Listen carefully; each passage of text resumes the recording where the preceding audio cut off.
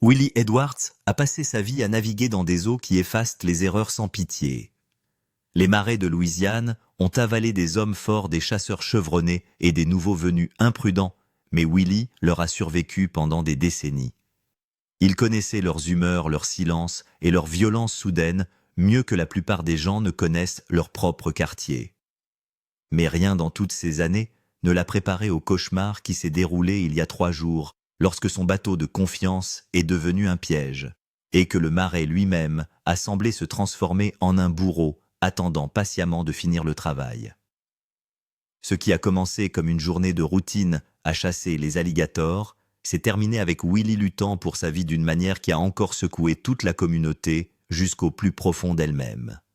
Voici l'histoire de la façon dont tout a dérapé de façon catastrophique. L'appel de détresse est arrivé à 11h47 un jeudi matin. Il crépitait de statique d'urgence et de terreur brute, le genre de son que les dispatchers vétérans disent « ne jamais vraiment vous quitter une fois que vous l'avez entendu ». Willie Edwards, un homme dont la voix était connue pour sa stabilité, même lorsqu'il regardait des alligators de 12 pieds, criait à l'aide. Il ne criait pas des ordres, il ne signalait pas calmement un problème, il hurlait. Ses paroles étaient brisées et décousues, presque avalées par ce qui ressemblait à de l'eau vive et à un grincement mécanique brutal qui ne devrait jamais provenir d'un navire en état de marche. La transmission s'interrompait, les coordonnées GPS clignotaient brièvement avant de disparaître à nouveau. Le temps que les secouristes parviennent à verrouiller un emplacement approximatif, Willie était déjà seul avec la catastrophe en cours depuis près de 40 minutes. 40 minutes dans les marais de Louisiane, c'est une éternité.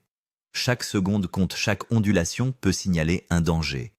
Les alligators patrouillent leur territoire avec une efficacité impitoyable, et la ligne entre le sauvetage et la récupération n'est souvent pas plus longue qu'un battement de cœur. Ceux qui ont entendu l'appel initial ont immédiatement compris qu'il ne s'agissait pas d'une panne de routine ou d'un incident mineur, mais d'une véritable catastrophe qui se déroulait en temps réel et qui touchait l'un des marécageux les plus expérimentés de l'État. Lorsque les équipes de secours ont finalement atteint l'endroit où se trouvait Willie, ce qu'elles ont rencontré a été décrit plus tard par le personnel d'urgence chevronné comme un véritable cauchemar. Son bateau, qu'il entretenait de manière obsessionnelle depuis plus de 15 ans, prenait l'eau à une vitesse terrifiante par une brèche qui n'aurait tout simplement pas dû exister. Les dommages causés à la coque défiaient toute logique.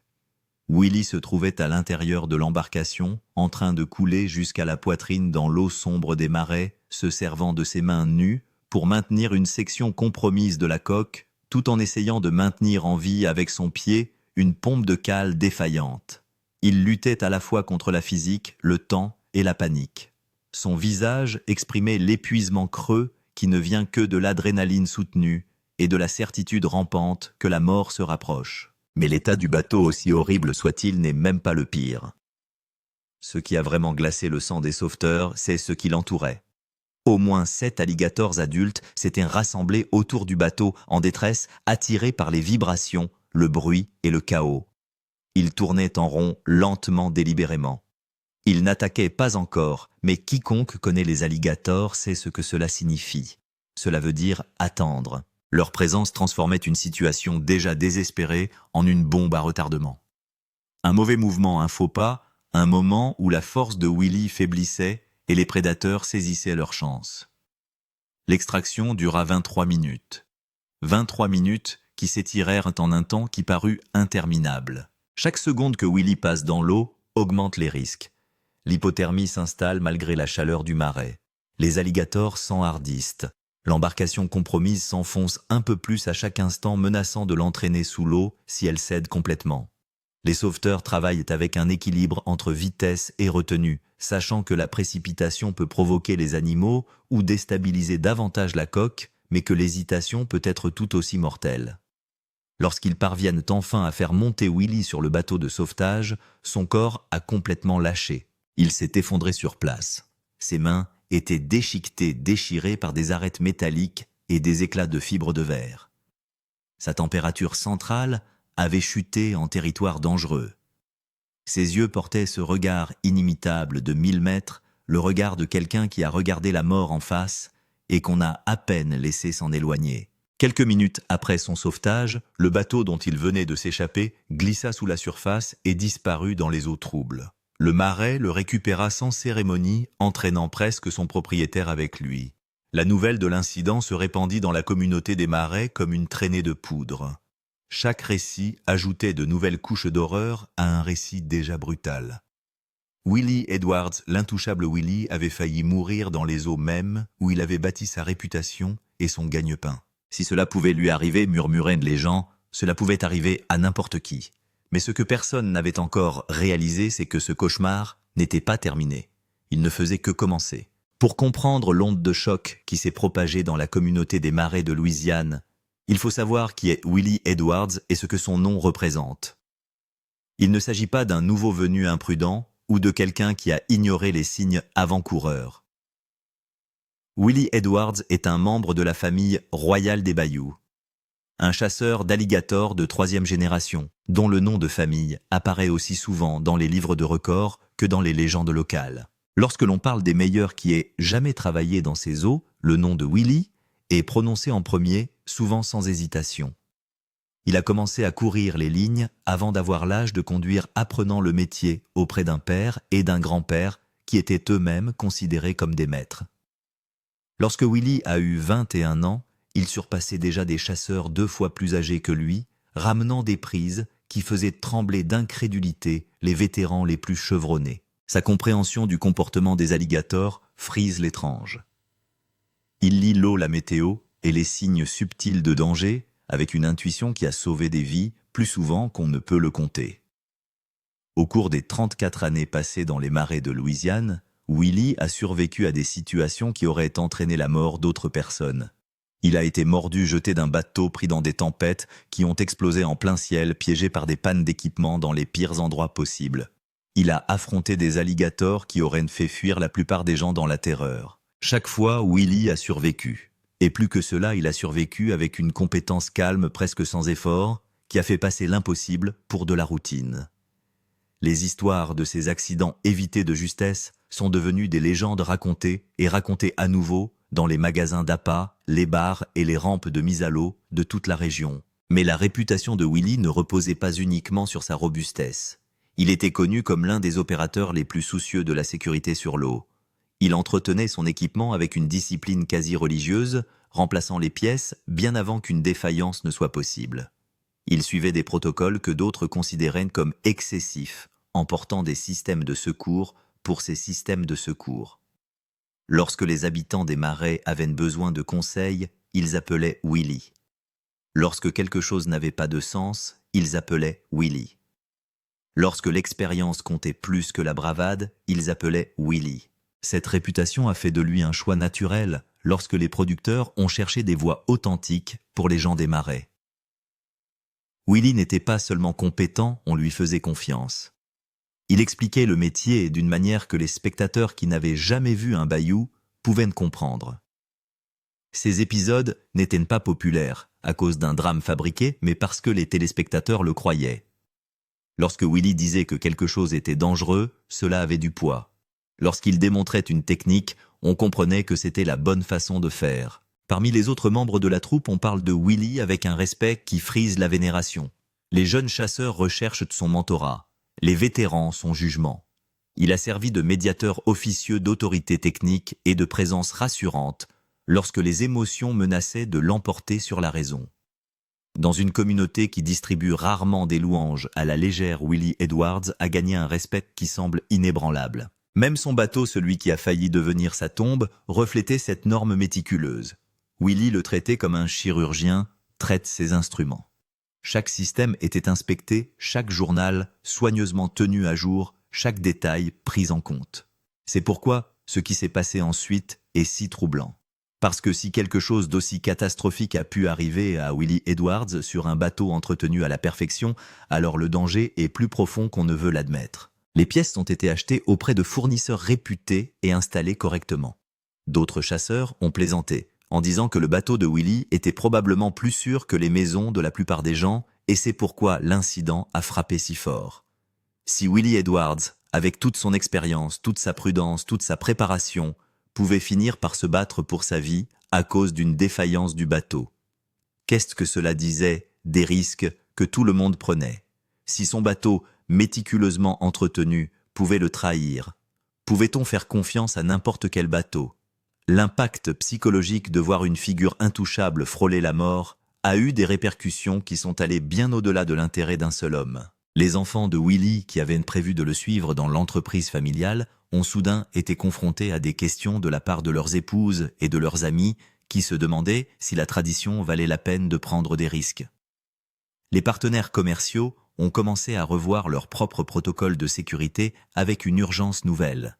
Les compagnies d'assurance ont commencé à poser des questions gênantes et les fans qui avaient observé Willie pendant des années se sont sentis trahis par l'illusion de sécurité que sa compétence avait créée. L'homme que l'on tirait de ce bateau en perdition n'était pas seulement Willie Edwards le chasseur. Il incarnait tout un mode de vie, un symbole de maîtrise d'un environnement dangereux, la preuve que l'habileté et la préparation pouvaient venir à bout des menaces de la nature. Le voir réduit à une survie désespérée a brisé quelque chose de fondamental dans la façon dont la communauté des marécageux considérait sa propre invincibilité. La mort imminente de Willie est devenue le test de mortalité de tout le monde délivré avec une clarté brutale que personne ne pouvait ignorer. Mais comprendre qui était Willie ne fait que rendre ce qui s'est passé plus troublant, car les détails de la façon dont tout a mal tourné révèlent un cauchemar que l'expérience et la réputation n'ont pas pu empêcher. Quand tout a mal tourné, la journée a commencé comme 10 000 jours avant elle. Willie a mis son bateau à l'eau à l'aube à partir d'un point d'accès familier qu'il utilise depuis des décennies. Les conditions météorologiques étaient optimales, le ciel était dégagé, le vent léger, l'eau suffisamment calme pour lire, mais avec assez de mouvement pour que les alligators restent actifs. Il avait vérifié son équipement la nuit précédente comme toujours et tout était en parfait état de marche. Son itinéraire était planifié. Ses lignes étaient prêtes. Et tout indiquait qu'il s'agirait d'une autre journée productive et sans incident sur l'eau. Le premier signe de problème est apparu 90 minutes après le début de la course et il était si subtil que Willie l'a presque manqué. Une légère vibration dans la coque qui semblait anormale, une fréquence qui ne correspondait pas au fonctionnement normal du moteur ou à l'état de l'eau. Willie, fort de ses dizaines d'années d'expérience, remet immédiatement les gaz et commence les contrôles de diagnostic. La température du moteur est normale, la pression d'huile est bonne, il n'y a pas de fuite ou de dommages visibles. La vibration s'estompe à mesure que la vitesse diminue, ce qui suggère un petit problème d'hélice ou un débris coincé dans le système d'entraînement, mais rien qui ne nécessite un retour immédiat à terre. Willie a pris la décision qui allait le hanter pour suivre la course à vitesse réduite, surveiller la situation et y remédier de manière appropriée de retour au quai. C'était le genre de risque calculé que les opérateurs expérimentés prennent constamment en mettant en balance des anomalies mécaniques mineures et la perte d'une journée entière de travail. Mais ce n'était pas le cas, et Willie ne pouvait pas savoir que la vibration qu'il ressentait était en fait le symptôme d'une défaillance catastrophique déjà en cours dans les profondeurs de sa coque. 45 minutes plus tard, alors qu'il vérifiait une ligne dans une zone connue pour ses gros alligators, Willie a entendu un bruit qui lui a arrêté le cœur, un craquement brutal suivi d'un jet d'eau. Il s'est retourné pour voir de l'eau jaillir d'une plaque de pont qui aurait dû être sécurisée. En quelques secondes, il a compris l'horreur de sa situation. La vibration n'était pas due à un problème d'hélice. Il s'agissait d'une rupture sous contrainte dans un support critique de la coque qui s'était propagée de manière invisible, affaiblie par un défaut qu'aucune inspection n'aurait détecté avant qu'elle ne se rompe complètement. La brèche était catastrophique et située au pire endroit possible sous la ligne de flottaison dans une zone difficile d'accès. Willie s'était lancé vers la pompe d'assèchement de secours, activant des systèmes conçus pour gérer des fuites modestes et non des défaillances en rafale. La pompe se met à rugir mais ne parvient pas à suivre le rythme de l'eau. En 2 minutes, Willie a la cheville enfoncée et le bateau gîte sensiblement. Son calme affiné par des décennies de gestion de crise se maintient alors qu'il met en place les protocoles d'urgence, appels de détresse, transmis, balises GPS activées, kits d'urgence mis en place. Mais le marais a d'autres projets. Alors que Willie travaille frénétiquement à ralentir l'inondation, en utilisant toutes les techniques qu'il connaît, son appel de détresse ne passe pas clairement. La topographie qui rend cette région idéale pour la chasse à l'alligator dense en végétation et éloigné des canaux principaux crée des zones mortes pour les radios. Son signal GPS ne cessait de se couper. La balise de détresse automatisée qui aurait dû fournir des données de localisation parfaites fonctionnait mal, envoyant des coordonnées qui sautaient de manière erratique dans un rayon de 8 km. La situation est alors passée de critique à cauchemardesque. La brèche initiale mise sous pression par les mouvements de Willy et l'instabilité croissante du bateau s'est soudain élargie. Ce qui n'était qu'une giclée gérable est devenu un déluge. Le bateau s'est enfoncé davantage, l'eau lui arrivant maintenant aux genoux, et montant plus vite que Willy ne pourrait écoper même s'il n'avait rien d'autre à faire. Ses options se réduisent à un seul choix, rester avec le bateau et essayer de le maintenir à flot suffisamment longtemps pour être secouru ou abandonner le navire dans des eaux infestées d'alligators sans aucune garantie que quelqu'un connaisse sa position exacte. Willy choisit de rester, une décision motivée par un calcul de survie qui semblerait insensé à quiconque n'est pas familiarisé avec les dangers des marais. Dans l'eau, il était une proie vulnérable, lente, une cible parfaite pour les alligators, qui tournaient déjà autour attirés par la perturbation. Sur le bateau même, s'il était en train de couler, il avait de l'altitude, des outils, des armes et au moins un avantage psychologique. Willy s'est donc engagé dans une stratégie qui nécessitait une endurance surhumaine. Il allait tenir physiquement son bateau par sa seule volonté, en attendant des secours qui ne viendraient peut-être pas. Ce qui a suivi, ce sont 40 minutes qui ont fait vieillir Willy des années. Il s'est calé dans une position où il pouvait soutenir la section de coque défaillante avec le poids de son corps et sa poigne retenant littéralement le marais avec ses mains tandis que ses pieds actionnaient la pompe de cale qui se débattait. L'eau remplit le bateau autour de lui froide, malgré la température ambiante, sapant sa force et sa chaleur corporelle. Chaque muscle brûle. Ses mains agrippées au bord tranchant de la fibre de verre déchirée et du métal tordu saignent librement. Son esprit calculait constamment combien de temps il pouvait tenir, combien de temps le bateau pouvait rester partiellement à flot, combien de temps avant que la prudence de l'alligator ne cède la place à l'agressivité. Les alligators étaient la torture psychologique qui l'a presque brisé. Willy a affronté des centaines d'alligators au cours de sa carrière, mais toujours à partir de positions de force et de contrôle. Les voir tourner en rond, alors qu'il était pris au piège, s'affaiblissant de minute en minute, incapable de se défendre, sans relâcher sa prise sur la coque, inversait tout ce qu'ils savaient sur la dynamique des prédateurs. Ils étaient patients. Ils évaluaient. Et Willy savait avec une certitude absolue qu'ils attendaient qu'il échoue. Par 2 fois, Willy a failli abandonner. Ses mains se sont engourdies. Ses bras tremblent de façon incontrôlée. Son esprit commence à lui jouer des tours, suggérant que lâcher prise et tenter sa chance dans l'eau serait moins douloureux que cette torture soutenue. Mais quelque chose de plus profond que l'instinct de survie le pousse à s'accrocher. Un noyau de détermination obstinée qui refusait d'abandonner le marais après 34 ans de maîtrise. Lorsque le bateau de sauvetage est enfin apparu, Willy tenait cette coque depuis 38 minutes par la seule force de sa volonté. L'arrivée du sauveteur a déclenché une nouvelle crise, car les alligators surpris par le second bateau sont devenus agités et agressifs. L'extraction doit être exécutée à la perfection assez rapidement pour que Willy puisse sortir, avant que le bateau ne coule ou que les alligators n'attaquent, mais assez soigneusement pour ne pas déclencher l'un ou l'autre prématurément. 23 minutes de travail de précision ont suivi, chaque seconde étant une négociation avec la physique et les prédateurs. L'effondrement de Willy lorsqu'il a atteint la sécurité n'a pas été un évanouissement dramatique ou une perte de conscience. C'était son corps qui cessait tout simplement de fonctionner après avoir été poussé au-delà de toute limite raisonnable. Il avait maintenu son bateau en perdition à force de poigne et de volonté pendant plus d'une demi-heure. Il avait gardé suffisamment de clarté mentale pour guider son propre sauvetage malgré l'hypothermie et l'épuisement. Il a affronté la mort sous de multiples formes simultanément et a refusé de se soumettre. Mais il ne restait plus rien lorsque la sécurité était atteinte. L'homme qui avait survécu en n'abandonnant jamais pouvait enfin lâcher prise. Et son corps s'est arrêté dès qu'on le lui a permis. Le cauchemar aurait dû s'arrêter là où Willy en sécurité et son calvaire terminé. Au lieu de cela, il commençait à peine à révéler toute son ampleur. La lutte pour la survie, les 40 minutes que Willy a passées à se battre pour maintenir son bateau à flot et pour rester en vie ont constitué un cours magistral de psychologie de la survie et d'endurance physique que les chercheurs étudieront plus tard comme un exemple de capacité humaine extrême sous la contrainte. Mais l'analyse clinique ne pouvait pas rendre compte de l'horreur viscérale de ces moments où chaque seconde exigeait de Willy qu'il choisisse consciemment de continuer à souffrir plutôt que de se laisser aller à la capitulation. Le positionnement initial de Willy était crucial et angoissant. Pour ralentir efficacement l'arrivée d'eau, il devait créer une pression contre la brèche en utilisant son propre corps comme un joint d'étanchéité.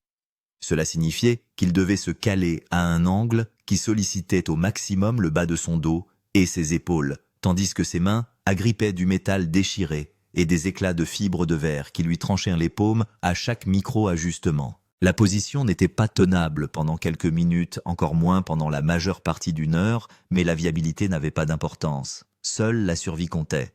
Willy a reconnu 2 des alligators lors de rencontres précédentes. L'un d'eux, un énorme mâle qu'il estimait à 3 mètres et à près de 600 livres, présentait une cicatrice caractéristique que Willy avait photographiée des années auparavant. Voir cet animal maintenant le voir calculer la vulnérabilité de Willy a créé un moment surréaliste où la fierté professionnelle passée s'est heurtée à la terreur mortelle présente. Cet alligator savait que les humains étaient dangereux. Il savait aussi que l'homme était pris au piège et qu'il s'affaiblissait. Le calcul évoluait en temps réel. À 2 reprises, les alligators se sont approchés, obligeant Willy à abandonner temporairement sa position d'appui pour saisir son arme et présenter une menace. À chaque fois, la libération de la coque a permis à l'eau de s'engouffrer plus rapidement, faisant perdre de précieuses minutes de progression. À chaque fois, Willy a dû faire un choix impossible, maintenir l'intégrité de la coque et espérer que l'alligator reste prudent ou se défendre et accepter de couler plus vite. Il n'y avait pas de bonne réponse, seulement des options moins mauvaises qui changeaient à chaque instant. Les appels de détresse que Willy a tentés entre les tâches de gestion de crise ont révélé la détérioration de son état par le biais d'enregistrements audio que les services d'urgence ont conservés comme preuve. Ces premiers appels étaient clairs, professionnels, informatifs. 10 minutes plus tard, il commence à avoir de légers troubles de l'élocution. 20 minutes plus tard, il se répète et peine à donner des informations de base. 30 minutes plus tard, les transmissions de Willy deviennent fragmentées, désespérées, parfois incompréhensibles. L'écoute de cette progression, connaissant la réputation de Willy pour sa compétence inébranlable, a ébranlé tous ceux qui l'ont entendu. L'apparition du bateau de sauvetage a déclenché ce que Willy décrit comme son deuxième moment le plus terrifiant de l'épreuve, dépassé seulement par la brèche initiale dans la coque. Les alligators surpris par le nouveau bateau n'ont pas fui comme Willy l'espérait. Au lieu de cela, ils sont devenus agités, agressifs comme ils ne l'avaient pas été pendant que Willy restait relativement immobile. Leurs instincts territoriaux se sont activés, leur calcul prédateur a changé à nouveau et Willy a réalisé avec horreur que la tentative de sauvetage pourrait être ce qui a finalement provoqué une attaque. Coordonner son extraction tout en maintenant la pression de la coque, tout en gérant la proximité de l'alligator, tout en luttant contre l'hypothermie et l'épuisement, a demandé à Willy de fonctionner à un niveau qu'il ne savait pas qu'il possédait. Les sauveteurs étaient professionnels et compétents, mais ils naviguaient également dans une situation incroyablement complexe, où un seul faux pas pouvait entraîner une catastrophe. Willy devait rester conscient, communicatif et suffisamment capable pour participer à son propre sauvetage, malgré son état physique et mental anéanti. Les 23 minutes d'extraction ont semblé plus longues que les 40 minutes d'attente. Chaque mouvement vers le navire de sauvetage signifiait une réduction de la pression sur la coque, un enfoncement plus rapide, un changement de dynamique qui rapprochait Willy de l'eau et des alligators. Les sauveteurs travaillaient avec une précision angoissante, sachant que la précipitation garantissait l'échec, mais que le retard pouvait s'avérer tout aussi fatal. Willy, au-delà de l'épuisement, devait rester engagé et réactif, alors que toutes les fibres de son être criaient à l'inconscience. Lorsque les mains de Willy relâchèrent enfin la coque, le soulagement fut presque narcotique. Les muscles qui avaient été bloqués dans une contraction soutenue pendant 40 minutes se détendirent soudainement et la douleur fut écrasante. Le flux sanguin revint aux extrémités avec une intensité atroce. Ses mains visibles maintenant en pleine lumière présentaient des dommages qui ont fait grimacer les sauveteurs. Des lacérations profondes, des débris incrustés, des gonflements qui suggéraient de possibles fractures. Willy les a regardés sans émotion, trop épuisés, pour réagir simplement reconnaissant qu'ils aient fait ce dont il avait besoin depuis assez longtemps. L'équipe qui l'a extrait a assisté à son effondrement sur le bateau de sauvetage, et leurs rapports décrivent un homme complètement épuisé. Willy ne s'est pas évanoui de façon spectaculaire et n'a pas eu besoin d'être réanimé.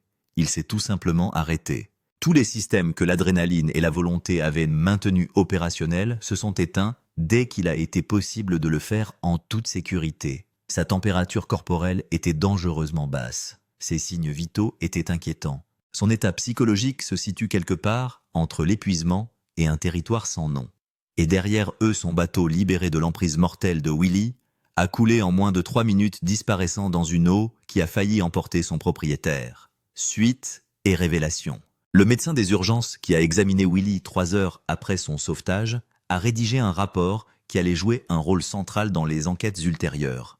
Willy présentait une hypothermie modérée de graves lacérations aux mains, nécessitant d'importantes sutures, des lésions musculaires correspondant à un effort extrême soutenu et des symptômes de traumatisme psychologique qui inquiétaient l'équipe médicale plus que ses blessures physiques. Mais c'est la note du médecin concernant les mains de Willy qui a déclenché les premières sonnettes d'alarme. Les blessures suggèrent qu'il a saisi des matériaux qui n'auraient pas dû être accessibles sur un navire correctement entretenu. En l'espace de 24 heures, plusieurs enquêtes ont été ouvertes. La garde côtière a ouvert une enquête sur les accidents maritimes. La compagnie d'assurance du réseau a exigé un examen complet de la sécurité. Les autorités de la faune de Louisiane ont ouvert leur propre enquête sur l'incident. Et Willy, à peine sorti des soins d'urgence, s'est retrouvé au centre d'une tempête convergente de questions de préoccupation en matière de responsabilité et de révélations troublantes qui ont transformé son cauchemar personnel en une crise à l'échelle de l'industrie. Les révélations sur les pratiques de l'ensemble du secteur que l'incident de Willy a mises en lumière sont peut-être les plus inquiétantes. Les entretiens avec d'autres chasseurs de marais ont révélé que presque tous avaient connu des pannes d'équipement, des accidents évités de justesse et des incidents de sécurité qui n'avaient pas été signalés parce que cela signifiait des temps d'arrêt, des pertes de revenus et des problèmes potentiels de responsabilité.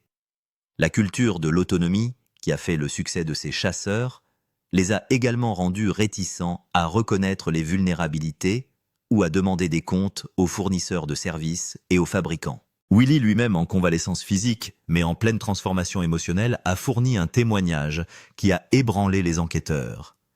Il a décrit une tendance qu'il avait remarquée mais ignorée au cours des dernières années, à savoir une pression croissante pour maximiser le temps passé sur l'eau et minimiser les temps d'arrêt de la maintenance. L'économie de la profession comprimée par la baisse des prix du marché et l'augmentation des coûts incitait à pousser l'équipement plus longtemps et plus durement. Combiné à la célébrité de l'émission qui a ajouté des obligations d'apparition et des contraintes de calendrier, Willy s'est retrouvé à faire des compromis qu'il n'aurait jamais envisagés dans les décennies précédentes.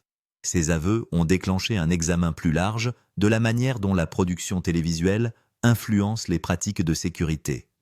Plusieurs membres de l'équipe, à qui l'anonymat a été accordé, ont fait état de pression pour filmer dans des conditions qu'ils considéraient comme marginales, pour continuer les opérations lorsque l'équipement montrait des signes d'alerte, pour donner la priorité au contenu dramatique plutôt qu'à des pratiques prudentes.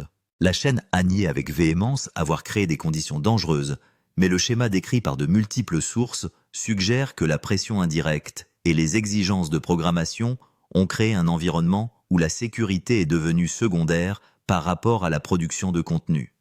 Le fabricant des matériaux de la coque de Willy a fait l'objet d'accusations potentielles de négligence criminelle lorsque l'enquête a révélé qu'il était au courant des problèmes de contrôle de la qualité depuis plus de 2 ans.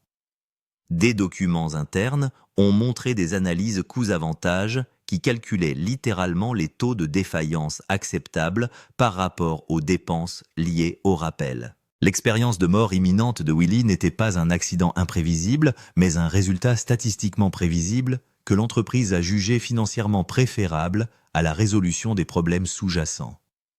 L'insensibilité de ces calculs a horrifié tous ceux qui y ont été exposés. L'entreprise de service qui a effectué les réparations défectueuses a fait faillite dans les semaines qui ont suivi l'incident, probablement pour protéger ses actifs de toute responsabilité. Cette manœuvre juridique, bien que courante, signifiait que Willy aurait beaucoup de mal à obtenir des dommages-intérêts de la part d'une partie principale et responsable. Le propriétaire de l'entreprise a disparu de la vue du public. D'anciens employés interrogés par les enquêteurs ont décrit un lieu de travail où les coupes sombres étaient une monnaie courante et où la sécurité des clients était reléguée au second plan par rapport aux marges bénéficiaires et au rendement. L'équipe médicale de Willy a ajouté une autre couche d'inquiétude avec ses rapports sur son état psychologique. Au-delà des symptômes de traumatisme attendus, ils ont identifié ce qu'ils ont appelé le syndrome de culpabilité de survie, dans lequel Willy se reprochait de ne pas avoir détecté des problèmes que des experts dotés d'un équipement spécialisé n'avaient pas décelés. Sa compétence légendaire qui aurait dû protéger son image de soi est devenue une arme qu'il a utilisée contre lui-même. S'il était si expérimenté et si prudent, comment avait-il pu manquer les signes? Cette question l'a tourmenté, malgré les preuves évidentes que les défaillances étaient indétectables sans test spécifique. Les membres de la famille, qui ont vu Willy lutter contre la guérison physique et le traitement émotionnel, ont dû faire face à leur propre remise en question. Ces enfants qui s'étaient préparés à suivre son héritage se demandaient maintenant si la profession valait la peine de prendre des risques.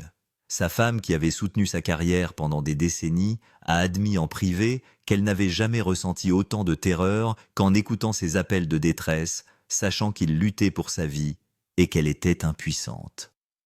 L'incident a fracturé la relation de la famille avec l'engloutissement d'une manière qui ne guérira peut-être jamais complètement. L'incident de Willy a forcé tout le monde à examiner son propre équipement, à remettre en question ses propres fournisseurs de services et à faire face à la mortalité qu'il avait refusée par bravade et par routine. Les ventes d'équipements de sécurité ont augmenté de façon spectaculaire. Les installations de services ont déclaré être submergées de demandes d'inspection. Les primes d'assurance ont augmenté dans tous les domaines. Le cauchemar de Willy est devenu le signal d'alarme de tout le monde avec un prix et une urgence qui ne pouvaient être ignorés. Mais la révélation la plus effrayante est peut-être venue de l'analyse par les gardes-côtes d'incidents similaires survenus au cours de la décennie précédente. L'expérience de Willy n'était pas unique, ni même particulièrement inhabituelle. Il s'agissait simplement de l'exemple le plus médiatisé d'un ensemble de défaillances d'équipements d'oubli en matière de sécurité et d'expériences de mort imminente qui se produisaient régulièrement, mais ne recevaient qu'une attention minime. La seule chose qui rendait l'incident de Willy différent était que Willy avait survécu et que sa célébrité lui avait assuré une publicité. Combien d'autres personnes avaient été confrontées à des situations similaires avec des résultats différents? Combien de décès attribués à une erreur de l'opérateur ou à des facteurs environnementaux résultaient en fait de défaillances systémiques qui n'avaient pas fait l'objet d'enquêtes approfondies? Le cauchemar de Willy avait mis en évidence la pourriture à la base de toute une industrie. Et maintenant, tout le monde devait décider de ce qu'il fallait faire à ce sujet. Le chemin de la guérison. La sortie de Willy de l'hôpital 5 jours après l'incident a marqué le début d'un processus de guérison dont les médecins ont prévenu qu'il se mesurerait en mois et non en semaines, et qu'il ne serait peut-être jamais totalement achevé. Ses mains enveloppées de bandages, qui rendaient les tâches simples impossibles, nécessiteraient des semaines de guérison, et potentiellement des mois de kinésithérapie pour retrouver une fonction complète. Pour un homme dont le gagne-pain dépendait de la précision du contrôle des mains et de la rétroaction tactile, le pronostic était dévastateur. Mais les blessures physiques aussi graves soient-elles, se sont avérées moins difficiles à supporter que les séquelles psychologiques. Willy a eu sa première crise de panique 6 jours après l'incident déclenché par le bruit de l'eau qui coulait dans sa douche. La sensation d'être entouré d'eau combinée au sentiment d'enfermement l'a plongé dans un flashback si intense que sa femme a appelé les services d'urgence craignant qu'il ne fasse un accident vasculaire cérébral. Les ambulanciers ont reconnu la réaction traumatique et l'ont aidé à s'en sortir, mais l'expérience a terrifié Willy presque autant que l'incident initial. Le sommeil est devenu un champ de bataille. Willy s'endormait d'épuisement et se réveillait en sursaut. Quelques minutes plus tard, le cœur battant la chamade et les draps trempés de sueur.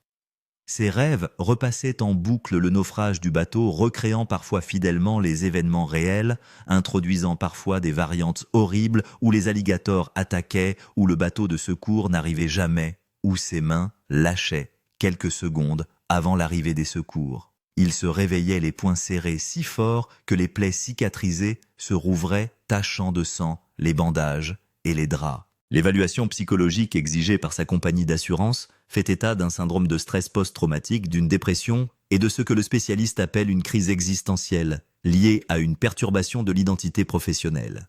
Willy Edwards, nageur légendaire, ne sait plus qui il est si ce n'est un maître du bayou.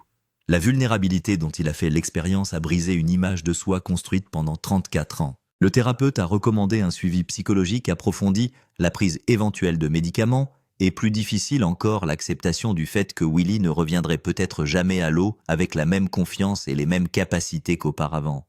Sa famille a eu du mal à faire face à cette nouvelle réalité. La femme de Willy s'est retrouvée à s'occuper d'un mari qu'elle avait à peine reconnu d'un homme dont la force et la certitude avaient été remplacées par la peur et le doute.